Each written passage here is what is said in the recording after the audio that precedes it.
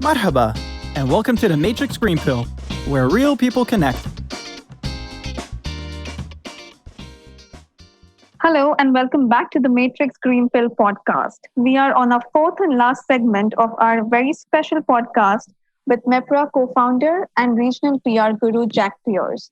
And Mel is co-hosting this one with me again. Hi, Namita. You can't get rid of me. Once you learn from Jack, there's no going back. He gives us plenty of fuel for thought, but more on that during the podcast. So, Jack, during our past conversations, we explored your background in PR and some of your experiences along the way. Today, we would like to explore the nitty-gritty of PR. For starters, how would you define success in a PR campaign? Right. In my days, it was very important for our clients that we generated publicity. In other words, press clippings was the all-important thing. That's what they wanted. It is a way of evaluating public relations, but most purists would say it is a very crude indication. The only really valid evaluation of PR is what research tells you. In other words, what public opinion, have you managed to change a public opinion in the direction that you want to change it?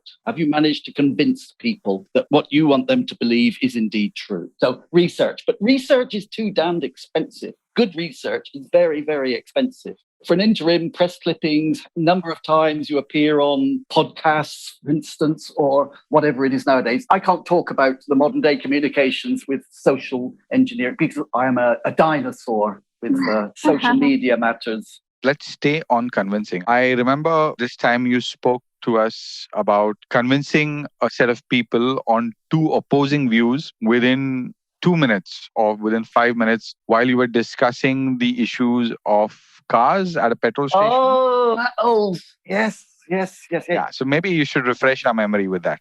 Because PR was such a new discipline in the 1990s, everyone wanted to understand what it was all about. So if you were happy to stand up in front of an audience and explain what PR was and answer audience questions and this sort of thing, there was a constant demand for me to go and do like after dinner speaking events and that sort of thing. Universities, colleges, they all wanted to have me stand up and tell them about communication skills, how they apply to PR in particular. I was asked by a Women in Business group, and I knew that a lot of people in that group had been to my general talk about public relations before. So for them, it's going to be very boring. I've got to come up with a completely new way to explain public relations. None of them will have come across before. So I thought about it and I did a bit of research and found out the first public filling station was put up in Pennsylvania. Up until that time, cars had always been driven by chauffeurs. The chauffeur would have a big tank at home of petrol, and that's where they used to fill it up from. It's about it was when the Model T Ford was launched. And suddenly, the amount of motor cars on the road being driven by the public rapidly increased. So Pennsylvania, they were the first people to put up a public filling station. They had a sign up there, very wisely, saying, turn off engine before filling up. And in those days, cars were like chitty chitty bang bang. They were backfiring and everything all the time. So when I started the meeting, I pretended that I was late, maybe 1 minute late. I came in as if I was sweating and flustered and say, I'm so sorry I'm late. The traffic in Dubai is so terrible. It is so dangerous. And I said, well, hang on a minute. Who here thinks they're a good driver? Or put your hand up if you think you're a safe driver. All put their hands up. Yes, I think I'm a safe driver. Even in the height of summer, you turn off your engine when you pull into a filling station rather than keeping the engine going and keeping the AC going. They went, yes, I do that, don't I? And the sign says, turn off engine. So that's one. I changed their mind. They thought they were a safe driver, and now I made them see that they were actually an unsafe driver. Then I explained this filling station in Pittsburgh Google it if you want to know the answer. So I explained that in those days, when a car went in there, they were coughing and backfiring and spluttering and everything. So it was a very good idea to turn your engine off. But that was then. A modern motor car nowadays is at its smoothest when it's just idling, when it's just ticking over. It's as you start it, that's the only time that the engine creates a flash. In other words, the ignition flash. The starter motor sets up a flash. So you're actually more likely to cause a fire by turning off and then restarting your engine than you are letting it just idle. And so that was it. They went from thinking they were a safe driver, thinking they were an unsafe driver, and then back to thinking that they're a safe driver again in the space of a few minutes. Throughout our conversation, Jack really got some great tips and advice from you. But if there's one piece of advice you would like to give to the current generation of PR and communication leaders, what would it be? PR leaders. I started off, be honest, be interesting, look for something different, look for something interesting. People get turned off by being bored. I try and always make my writing interesting by not including anything that I would find boring. Pick out the nuts and the raisins and things, not the dough. People are bored with dough. They want the juicy bits.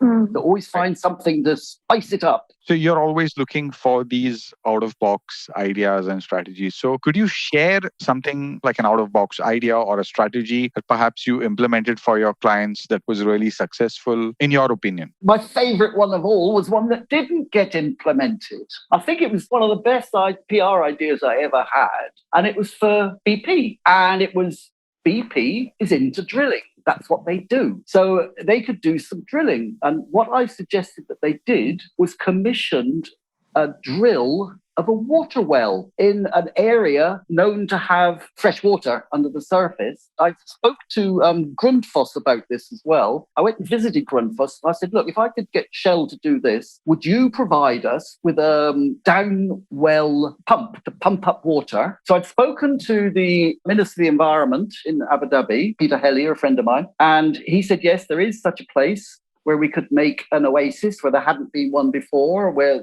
deers would come from a mile around, the great gazelle, of course, that everybody loves. Yes, that would be absolutely great. We'd put a cover on it so that the animals were protected from the sun when they were there drinking at the oasis. I'd suggested even having a little waterfall there and just to make it beautiful. I suggested that BP, you do the drilling or you contract somebody, an outside water driller. It only costs a little bit. Grundfos will donate the pump and then build an oasis in the desert where there wasn't one before. Call it a solasis because it's solar powered. Because BP also was one of the world's biggest manufacturers of solar power panels, and we could put them on top of the sun shelter for the animals to eat underneath. To me, it was a plus, plus, plus. It was talking about their drilling expertise, it was talking about their solar expertise, and it was doing something for nature at a really, really minimal cost. Grundfos would provide the pump free of charge, just to get their name mentioned. BP would produce the solar panels, something for us to talk about. It would have got so much positive publicity, and I just cannot understand to this day why they'd go ahead with it.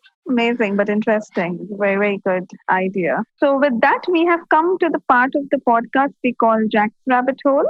You were known, Jack, for being easily approachable as a leader. So today's question is, what 3 qualities are required to be a good leader? Lead from the front. Do it yourself. Show them how to do it, and then explain them what it is that you're doing and how to mimic you, how to copy you, how to model you is a better word, and then give them advice and just say, look, I'm open whenever you want to. Always keep your door open. Those people who've worked with me, they just knew my office door was open all the time. I just let them do all the work. I used to sit in my little den just playing on the computer or doing some things that were specialized.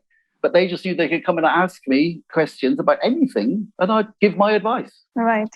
Lead by example. Any other qualities, Jack? What were you known for, Jack, back in your day? I don't know what other people thought of me. I know what I thought of some of them. You just show kindness to people. I am an atheist. I think what Christ said about certain things, like turn the other cheek and be generous, and the prodigal son, being welcomed back, or the being kind to strangers, which is the story of the Good Samaritan. All these things that Jesus said, Jesus is sort of renowned for, are all qualities that I think I believe in. Love other people. We're again down to our final segment, your green pill moment. It's a very simple question I'm going to ask you. What are some of the important life qualities that you have picked up over your lifetime, which you think have contributed to your success in PR? You've already stated a few while answering Jack's rabbit hole, but if you had to select 2 or 3, what would they be? Finding people that you can work well with, creatively with. You need a creative team. I never really finished off the story that I was telling you about HSBC when I was asked to change the identity of